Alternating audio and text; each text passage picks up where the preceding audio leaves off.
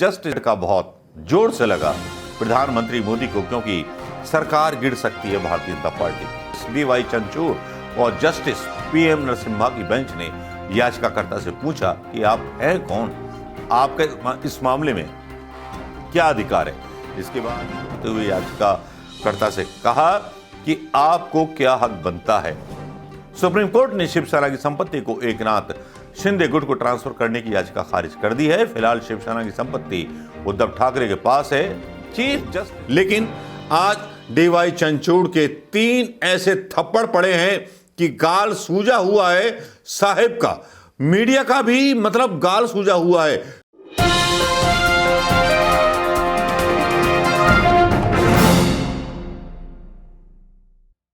दोस्तों नमस्कार। आज सुप्रीम कोर्ट ने डीवाई चंद्रचूड़ ने आज प्रधानमंत्री को 3 बुझटके दिए, जिससे कि प्रधानमंत्री मोदी वेंटिलेटर पर पहुंच गए। जी हां, ताजा खबर तो यह है वेंटिलेटर पर है और ऑक्सीजन खत्म हो गई है। कोरोना काल में शायद कोरोना का टेस्ट उनका किया जाए या करप्शन का टेस्ट उनका किया जाए, यह तो बाद में देखने वाली बात होगी। लेकिन जंतर मंतर पर फहराता हुआ एक पोस्टर चर्चा का विषय बन गया, ब्रजभूषण शरण सिंह का, जिसमें उनके ऊपर हत्या के कितने और क्रिमिनल केस कितने हैं, ये बहुत चर्चा का विषय बना।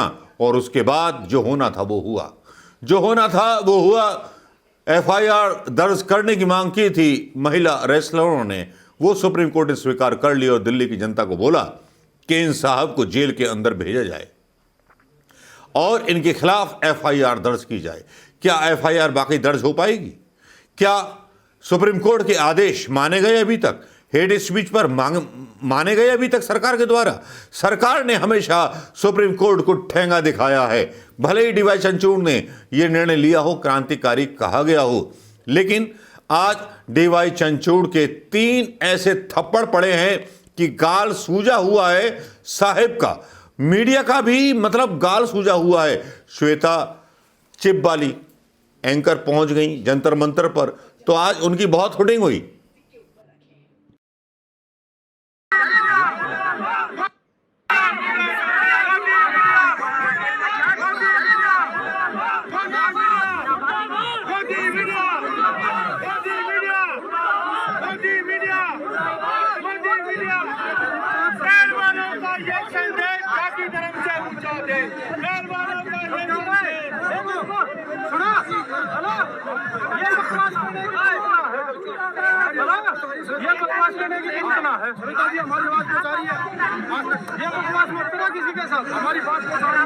आपने देख ली होगी इतनी मतलब बेइज्जती होने लगी है पत्रकारों की, कभी सोचा ना था।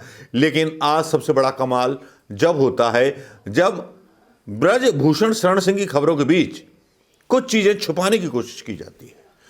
कुछ चीजें, कुछ खबरें जो अतीक अहमद पर थीं, कुछ खबरें जो शिवसेना और एकनाथ शिंदे के बीच थी।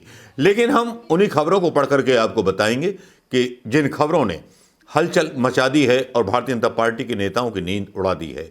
मोदी की नींद उड़ी हुई है, अमित शाह की नींद उड़ी हुई है, क्योंकि अमित शाह पर गिरफ्तारी की तलवार लटक रही है। क्योंकि जिस तरह से हेट स्पीच पर कांग्रेस ने स्टैंड लिया है, सुरजेवाला ने उनके खिलाफ एफआईआर दर्ज की है कर्नाटका में जाकर के दंगे कराने वाले बयान को लेकर के। उससे भारतीय जनता पार्टी और मोदी जी बहुत सख्ते में आ गए हैं। लगता है कि नंबर 1 दुश्मन डीवाई चंद्रचूड़ बन चुके हैं मोदी के। चलिए बताते हैं। पहला तो यही आया दिया कि एफआईआर दर्ज होनी चाहिए और नाबालिग पहलवानों को, जो महिला पहलवान हैं, उन्हें सुरक्षा मिलनी चाहिए। ये पहली जीत हुई, लेकिन महिला पहलवानों ने जो था धरना हटाने से मना कर दिया कि जब तक गिरफ्तार नहीं हो जाएगा जब तक हम ये धरना नहीं हटाएंगे।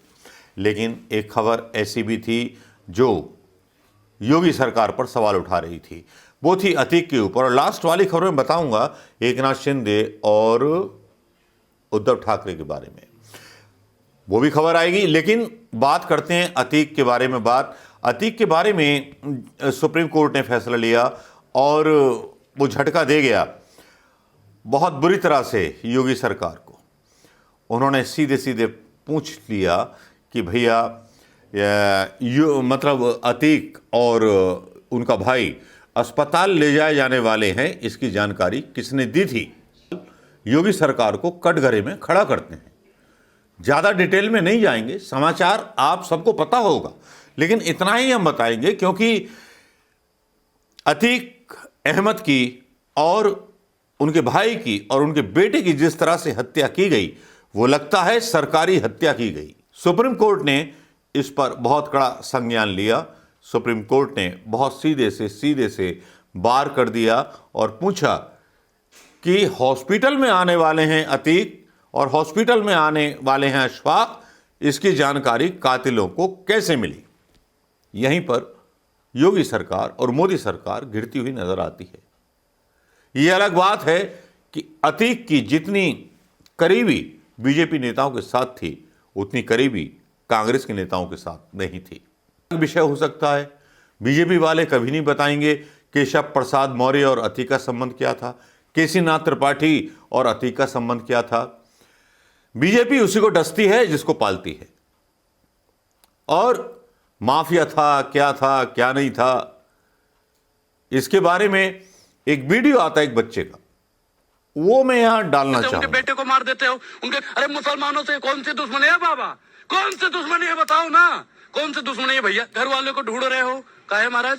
क्या तुम्हारे फूफा लगते हैं? अरे करती है, सांसद थे, विधायक थे, हमारे उत्तर प्रदेश से थे भैया। अब चाचा फूफा होंगे, आपके होंगे, क्या रिश्ते में आते हैं वो आपके होंगे। योगी जी कह रहे हैं गर्मी निकाल देंगे, और गर्मी निकाल दिया। योगी की गर्मी निकलेगी अब, उन्होंने अतीक की निकाली है ना। देश की 135 करोड़ जनसंख्या और उत्तर प्रदेश की 23 करोड़ जनसंख्या, योगी की गर्मी निकालेगी। जितने भी अरे योगी जी को ठंडा करेंगे भैया हम लोग, योगी को तबीयत से ठंडा करेंगे, नहीं तो वो ऐसे ही आग उगलते रहेंगे। अगर ये आग निकलती रही ना, ऐसे आग आती रही तो एक दिन पूरा उत्तर प्रदेश जल जाएगा, और उत्तर प्रदेश को हम जलते हुए नहीं देख सकते। धमकी दे रहे हैं बाबा, धमकी वो अरे भेजिए, जेल में भेजिए भैया, उत्तर प्रदेश से भेजिए, अयोध्या से भेजिए जेल में।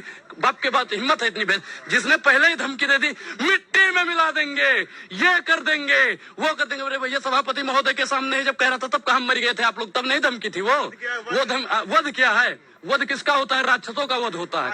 अरे राक्षस थे वो, राक्षस तो आप लोग हो जो उसको राक्षस भगवान मानते हैं। अतीक भगवान है आपके लिए। एक चीज बता रहा हूँ, मैं सांसद था, वो विधायक था भाई, उसने अच्छे काम किए ना। गलत था, कोर्ट सजा देती, कोर्ट कहाँ थी? तो अच्छा तो आप मिली भैया ये तो पत्रकार ने आपका लाइसेंस दिखाई, आप भी तो माफिया की तरह ही आप भी दिख रहे हो। कभी आप भी इनकाउंटर हमारा न कर दो। है भैया ऐसे ही 10 पत्रकार इंटरव्यूज का कर रहे थे, तभी तीसरा निकल के गोली मार दिया। भैया हमें विश्वास नहीं है आप पे, दिखा दीजिए। माफिया वो लोग थे जो पत्रकार बन के आए थे, माफिया वो लोग थे जो आज उत्तर प्रदेश के सिंहासन पे बैठे हैं, माफिया वो लोग हैं जो सदन के अंदर कहते हैं मिट्टी में मिला दिया जाएगा, माफिया तो वो लोग हैं जो जय श्री राम का नारा लगा के इनकाउंटर कर देते हैं, माफिया तो वो लोग हैं जो अभी भी अरे योगी जी ने बहुत बढ़िया काम किया, योगी जी ने बहुत बढ़िया काम किया। अरे महाराज सच्चाई छिप नहीं सकती है बनावट के उसूलों से, खुशबू आ नहीं सकती कभी कागज के फूलों से। जाके पावन और रहा विवाहित एक आ जाने पीर पर आई, जब आपके घर में होगा ना ऐसे ही इनकाउंटर कर दिया जाएगा बेफजूल में, तब आपको पता चलेगा पत्रकार महोदय। बिहार में नारा लग रहा है अतीक अमर रहे। देखिए जाके रामचरितमानस प्रेमी हम भैया, अयोध्या से हूँ। ये वीडियो आपने देख लिया होगा दोस्तों। इस वीडियो के बाद चलते हैं उस खबर की तरफ, जो खबर भारतीय जनता पार्टी के मतलब बड़े बड़े नेताओं के दिल में खौफ पैदा कर रही है। डीवाई चंद्रचूड़ का, डीवाई चंद्रचूड़ का वैसे तो खौफ काफ़ी है, और इतना ही काफ़ी है कि डीवाई चंद्रचूड़ जो फैसले ले रहे हैं, लगता है कि लोकतंत्र जिंदा है। सोशल मीडिया पर उनको बहुत बधाइयाँ मिल रही हैं। लोगों को लगता है कि शायद लोकतंत्र जिंदा है डीवाई चंद्रचूड़ चीफ जस्टिस की वजह से। एक फिल्म भी बनी थी चीफ जस्टिस, आज लग रहा है उस फिल्म को हम होता हुआ देख रहे हैं। एक ईमानदार जज को, जिसे राज्यसभा की सीट नहीं चाहिए, लोकसभा की सीट नहीं चाहिए, किसी पार्टी की सदस्यता नहीं चाहिए, लेकिन उसके जो न्याय आते हैं वो भारतीय जनता पार्टी के मुंह पे सीधा सीधा थप्पड़ मार देते हैं। आज जो खबर दबाई गई उस खबर को बताऊंगा कि जिसमें महाराष्ट्र में भारतीय जनता पार्टी की सरकार जाने वाली है, क्योंकि यहां पर शिवसेना की प्रॉपर्टी शिंदे गुट को ट्रांसफर नहीं होगी। सुप्रीम कोर्ट ने अर्जी खारिज कर दी। उद्धव ठाकरे को सुप्रीम कोर्ट से राहत, शिंदे गुट को नहीं मिलेगा संपत्ति पर हक, पार्टी फंड ट्रांसफर कर सकेंगे उद्धव ठाकरे। सारा सीज करा दिया गया था, सारा कुछ करा दिया गया था, लेकिन यहां पर सुप्रीम कोर्ट ने एक तरह से दाव खेल दिया और सियासत को उसकी औकात याद दिला दी। मोदी को उसकी औकात याद दिला दी, उस मोदी को औकात याद दिला दी जिसने पत्रकार पाले हुए हैं, वो कुत्ते पाले हुए हैं जो उसके लिए दिन रात भौंकते रहते हैं, उन लोगों पर जो मोदी पर सवाल उठाते हैं। गुजरात में हाई कोर्ट की जज मना कर देती है राहुल गांधी की याचिका सुनने थे।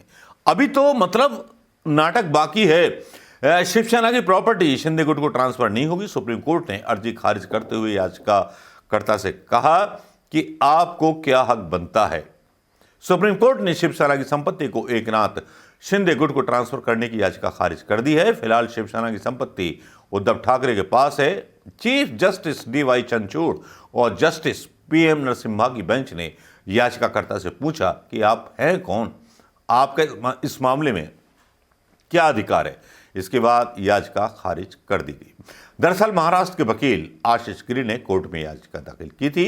उन्होंने मांग की थी कि शिवसेना की सारी प्रॉपर्टी शिंदे गुट को दे दी जाए। और उसके बाद हारे सारे नारे, हमें पार्टी की संपत्ति और फंड का लालच नहीं है, हम बाला साहब ठाकरे की सियासत को आगे बढ़ाना चाहते हैं। अबे बिक चुके हो, तुम्हारी ईमान क्या है, तुम्हारी विचारधारा क्या है एकनाथ शिंदे। तुमसे महाराष्ट्र की जनता तुम्हारा गरेबान पकड़ पकड़ करके जवाब पूछेगी। याचिकाकर्ता ने कहा था कि महाराष्ट्र में तमिलनाडु जैसी स्थिति न बने। तमिलनाडु की बारे में बात की गई थी। याचिकाकर्ता आशीष गिरी ने याचिका में कहा था, मैं महाराष्ट्र का वोटर होने के नाते अर्जी लगा रहा हूं और दाखिल कर रहा हूं सुप्रीम कोर्ट में। शिवसेना की प्रॉपर्टी से जुड़े सारे सवालों के जवाब समय रहते मिल जाने चाहिए। पार्टी को लेकर पूरी स्थिति साफ हो जानी चाहिए ताकि महाराष्ट्र में तमिलनाडु जैसी स्थिति ना बने। अब तमिलनाडु की स्थिति क्या थी? तमिलनाडु में जयललिता के निधन के बाद उनकी पार्टी AIADMK पर कब्जे को लेकर दो धड़ों में बढ़ गई थी। एक धड़ा पार्टी के दिग्गज नेता पलानीस्वामी यानी EPS के साथ था और दूसरा O पनीर सेल्वम यानी OPS के साथ था। ये मामला भी सुप्रीम कोर्ट में पहुंचा था और कोर्ट के आदेश के बाद AIADMK की कमान पूरी तरह पलानीस्वामी को दे दी गई। भारतीय जनता पार्टी ने उसको सपोर्ट किया था। शिवसेना के पास 190 करोड़ से ज्यादा की प्रॉपर्टी है। शिवसेना के पास अभी 191.82 करोड़ की चल अचल संपत्ति है। दादर के शिवसेना भवन पर भी उद्धव गुट का कब्जा है। सूत्रों का कहना है कि बाला साहब ने अपनी वसीयत में मुंबई में स्थित मातोश्री की 3 मंजिला भवन की पहली मंजिल जयदेव के नाम, दूसरी और तीसरी मंजिल उद्धव के नाम पर की थी, जबकि ग्राउंड फ्लोर को शिवसेना के लिए रखा था। ऐसे में माना जा रहा है कि ठाकरे के पास से मातोश्री इमारत के ग्राउंड फ्लोर का मालिक का हक जा सकता है। शिवसेना के पास जो फंड हैं वो समाचार पत्रों ने डाले हैं, अपनी अपनी रीडिंग में डाले हैं, लेकिन बड़ा जश्न मना था जब निशान छीन करके उद्धव ठाकरे की पीठ में तीर मार करके सौंप दिया गया था शिवसेना का एकनाथ शिंदे के हाथ में। लेकिन झटका बहुत जोर से लगा प्रधानमंत्री मोदी को, क्योंकि सरकार गिर सकती है भारतीय जनता पार्टी की। और ये सबसे बड़ा झटका लगा। सुप्रीम कोर्ट ने फटकार लगाई। DY चंद्रचूड़ न्यायमूर्ति ने आशीष गिरी को फटकार लगाई और ये भी बोला किस तरह की याचिका लेकर के आए हो। आशीष गिरी की याचिका पर सुप्रीम कोर्ट ने कहा कि किस तरह की याचिका है, आप हैं कौन। न्यायालय ने 16 मार्च को महाराष्ट्र राजनीतिक संकट से संबंधित उद्धव ठाकरे, मुख्यमंत्री एकनाथ शिंदे गुटों को एक दूसरे के खिलाफ दायर विभिन्न याचिकाओं पर फैसला सुरक्षित रख। अतीक दूसरा तमाचा, पहला तमाचा ब्रजभूषण शरण सिंह की गिरफ्तारी का वारंट और तीसरा तमाचा शिवसेना पर। इन 3 तमाचों से झल्ला गई है भारतीय जनता पार्टी।